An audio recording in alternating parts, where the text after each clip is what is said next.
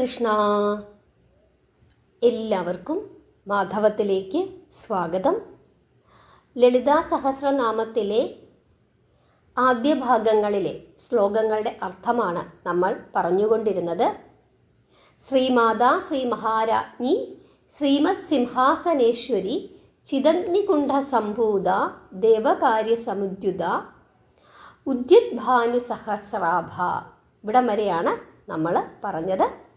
ഇന്ന് നമ്മൾ പഠിക്കുന്നത് 7ാമത്തെ ശ്ലോകം, അതായത് ചതുർബാഹു സമന്വിത.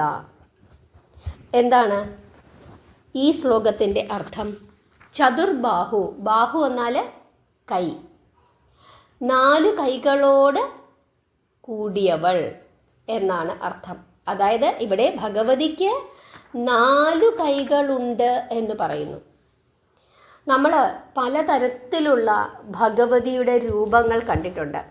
4 കൈയുള്ള ദേവിയെ കണ്ടിട്ടുണ്ട്, 8 കൈയുള്ള ദേവിയെ കണ്ടിട്ടുണ്ട്. ഇതാണോ ശരിക്കും ഭഗവതിയുടെ രൂപം? ഭഗവതിക്ക് എത്ര കൈകളുണ്ട് നമുക്കറിയാമോ? ഓരോ സമയങ്ങളിലും ഓരോരോ ചിത്രകാരന്മാർ ഓരോ രീതിയിൽ നമ്മുടെ മുമ്പിലേക്ക് വരച്ചു തരും.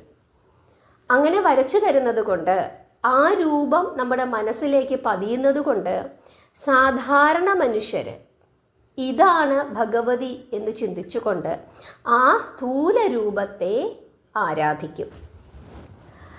ദേവിയുടെ രൂപം 5 വിധത്തിലുണ്ട് എന്ന് ആചാര്യന്മാർ പറയുന്നു. സ്ഥൂല രൂപം അതെന്താണ്? കരചരണാദികളായ അവയവങ്ങളോട് കൂടിയതും മനുഷ്യർക്കുള്ളതുപോലെയുള്ള വികാരങ്ങളോട് കൂടിയതുമായ രൂപം ഭഗവതിക്കുണ്ട്. അങ്ങനെയൊരു രൂപം പറഞ്ഞിരിക്കുന്നത് സാധാരണക്കാരായ നമ്മളെപ്പോലെയുള്ള ആളുകൾക്ക് പെട്ടെന്ന് മനസ്സിലാക്കാനും നമ്മുടെ മനസ്സിലേക്ക് ആ രൂപം കൊണ്ടുവരാനും പെട്ടെന്ന് നമുക്ക് ദേവിയോട് അടുക്കുവാനും പ്രാർത്ഥിക്കുവാനും സാധിക്കും. കാരണം ഒരു രൂപമുണ്ടെങ്കിൽ മാത്രമേ, അതും നമുക്ക് റിലേറ്റ് ചെയ്യാൻ പറ്റുന്ന രൂപമുണ്ടെങ്കിൽ നമുക്ക് പെട്ടെന്ന് തന്നെ ഭഗവതിയെ ആരാധിക്കാനായിട്ട് പറ്റും സാധാരണ ജനങ്ങൾക്ക്. അങ്ങനെ ഭഗവതിയെ ഉപാസിച്ചുപാസിച്ച് ആ ഉപാസനയിൽ നിന്ന് എന്തുണ്ടാകുന്നു? ജ്ഞാനമുണ്ടാകുന്നു. അങ്ങനെ ജ്ഞാനമുണ്ടാകുന്ന ഒരു വ്യക്തിക്ക് ഭഗവതിയുടെ മറ്റു രൂപങ്ങൾ ഉൾക്കൊള്ളാനുള്ള കഴിവ് ഭഗവതിയുടെ അനുഗ്രഹം കൊണ്ട് സിദ്ധിക്കുന്നു. നമ്മളെപ്പോലുള്ള സാധാരണ ജനങ്ങൾ എന്താണ് ചെയ്യുന്നത്? എപ്പോഴും നാമം ജപിച്ച് ഭഗവതിയുടെ ആ തിരുരൂപം നമ്മുടെ മനസ്സിലേക്ക് ഇങ്ങനെ കൊണ്ടുവരും. നമ്മൾ ഒരു എഫേർട്ട് എടുത്തിട്ടാണ് എന്ത് ചെയ്യുന്നത്? ഭഗവതിയെ പ്രാർത്ഥിച്ച് നമ്മുടെ മനസ്സിലേക്ക് ഭഗവതിയുടെ ആ രൂപം കൊണ്ടുവരുന്നത്. കുറച്ച് കഴിയുമ്പോൾ, നമ്മൾ നിരന്തരം നാമം ജപിച്ചുകൊണ്ടിരിക്കുമ്പോൾ, കുറച്ച് കഴിയുമ്പോൾ സ്വാഭാവികമായും നമുക്കെന്ത് സംഭവിക്കും? നമ്മൾ സ്ഥിരമായി നാമം ജപിച്ചുകൊണ്ടിരിക്കുന്ന ആ സമയത്ത് നമ്മൾ ഉണർന്ന് എഴുന്നേൽക്കുകയും നമുക്ക് നാമം ജപിക്കണമെന്ന് തോന്നുകയും ചെയ്യും. ഓട്ടോമാറ്റിക്കലി ആ സമയമാകുമ്പോഴേക്കും നമ്മൾ നാമം ജപിക്കുന്നതിന് വേണ്ടിയിട്ടുള്ള തയ്യാറെടുപ്പുകൾ ചെയ്യും. കുറച്ച് കഴിയുമ്പോൾ നിങ്ങൾക്ക് മനസ്സിലാക്കാനായിട്ട് പറ്റും, നിങ്ങളുടെ മനസ്സ് നിങ്ങൾ പോലും അറിയാതെ ജപിക്കുന്നത്. നമ്മുടെ ശരീരം ജപിക്കുന്നത് പോലെയൊക്കെ നമുക്ക് തോന്നും. നമ്മുടെ അന്തരാത്മാവ് ജപിക്കുന്നത് പോലെ നമുക്ക് തോന്നും. എപ്പോഴും നമ്മൾ അറിയാതെ ഭഗവതിയുടെ നാമങ്ങൾ അല്ലെങ്കിൽ ഭഗവാന്റെ നാമങ്ങൾ നമ്മുടെ നാവിൽ ഇങ്ങനെ വന്നുകൊണ്ടിരിക്കും, അല്ലേ? അങ്ങനെ നിരന്തരം നമ്മൾ ഏത് നാമമാണോ ജപിക്കുന്നത്, ആ നാമം നമ്മൾ മനഃപൂർവ്വം പറയാതെ തന്നെ നമ്മുടെ ശരീരവും നമ്മുടെ മനസ്സും ജപിച്ചുകൊണ്ടിരിക്കും. കുറച്ച് കഴിയുമ്പോൾ നമ്മൾ മനഃപൂർവ്വം ഭഗവതിയുടെ രൂപം നമ്മുടെ മനസ്സിലേക്ക് കൊണ്ടുവരുന്നതിന് പകരം, ആദ്യമൊക്കെ നമ്മൾ അങ്ങനെ കൊണ്ടുവരും, കുറച്ച് കഴിയുമ്പോൾ എന്ത് സംഭവിക്കും? നമ്മുടെ മനസ്സിൽ ഭഗവതിയുടെ രൂപം നമ്മൾ ഉദ്ദേശിക്കുന്ന രീതിയിൽ നമ്മൾ യാതൊരു എഫേർട്ടും എടുക്കാതെ തെളിഞ്ഞു വരും. കുറച്ച് കഴിയുമ്പോൾ അതും അങ്ങ് മാഞ്ഞിട്ട് പിന്നീട് സാക്ഷാൽ പരബ്രഹ്മം, ആ ബ്രഹ്മം എന്ന ആ ഒരു ചിന്തയിലേക്ക് നമ്മൾ വരും. എല്ലാം ഭഗവതി തന്നെയാണ്. നമ്മൾ എങ്ങോട്ട് നോക്കിയാലും അംബികയെ നമുക്ക് കാണാനായിട്ട് പറ്റും. അങ്ങനെ ആ ശുദ്ധ ബ്രഹ്മരൂപത്തിലേക്ക് പിന്നീട് നമ്മൾ ഭഗവതിയെ ആരാധിക്കാനായിട്ട് തുടങ്ങും. അതുകൊണ്ടാണ് നമ്മൾ കണ്ടിട്ടുണ്ടല്ലോ, നമ്മൾ വലിയ വലിയ സന്യാസി ശ്രേഷ്ഠന്മാർ അവരിങ്ങനെ കണ്ണടച്ചിരുന്ന് ഇങ്ങനെ ജപിച്ചുകൊണ്ടിരിക്കുന്നത് കാണാം. അവരാരെയാണ് ജപിക്കുന്നത്? നമുക്കറിയില്ല. അവരെന്തിനെയാണ് ജപിക്കുന്നത്? അതും നമുക്കറിയില്ല. മഹാദേവൻ ആരെയാണ് ജപിക്കുന്നത്? നമുക്കറിയാമോ? അദ്ദേഹം ആരോടാണ് പ്രാർത്ഥിക്കുന്നത്? നമുക്കറിയില്ല. സാക്ഷാൽ ആ ശുദ്ധ ബ്രഹ്മത്തെ ആരാധിക്കുവാൻ തുടങ്ങും. അവിടെ അങ്ങനെ ആ ഒരു ഭാവത്തിലേക്ക് എത്തിക്കഴിഞ്ഞാൽ വിശപ്പോ ദാഹമോ ഒന്നും ഉണ്ടാവുകയില്ല. എവിടെ ഇരുന്നും ധ്യാനിക്കാനുള്ള കഴിവും നമ്മൾ സ്വയം വിചാരിച്ചില്ലെങ്കിൽ പോലും സ്വാഭാവികമായൊരു ജപം നമ്മളിൽ നിന്നും ഉണ്ടാവുകയും ചെയ്യും.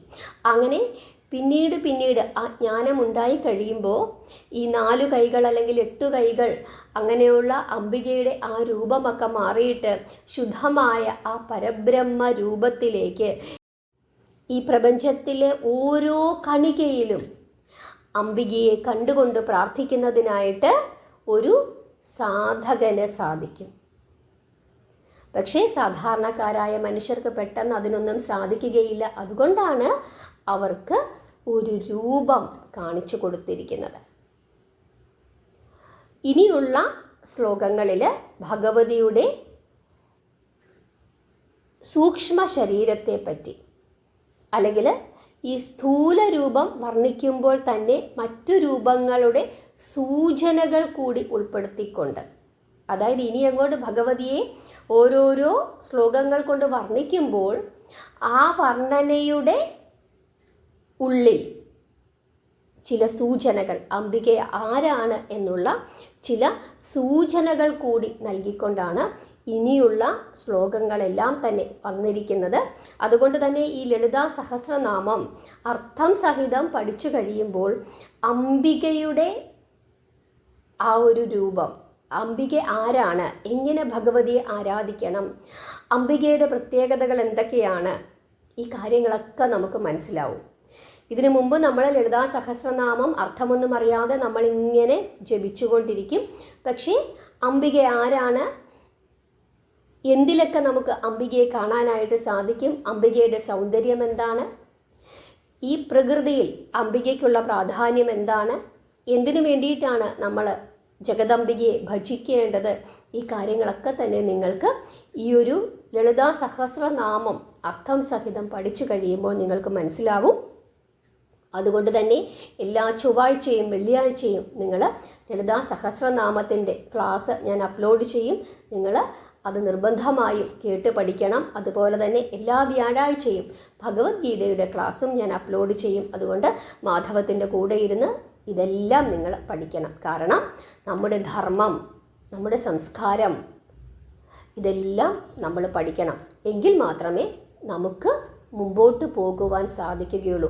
അത് പഠിക്കാത്തതാണ് പലപ്പോഴും നമ്മുടെയൊക്കെ കുഴപ്പവും. അതുകൊണ്ട് എല്ലാവരും നിർബന്ധമായും ഭഗവത്ഗീതയും ലളിതാ സഹസ്രനാമവും ഒക്കെ തന്നെ കൃത്യമായ അർത്ഥം മനസ്സിലാക്കി തന്നെ പഠിച്ചിട്ട് ആരെന്ത് ചോദ്യം ചോദിച്ചാലും അതിന് കൃത്യമായ ഉത്തരം പറയാൻ പ്രാപ്തിയുള്ളവരായി തീരണം.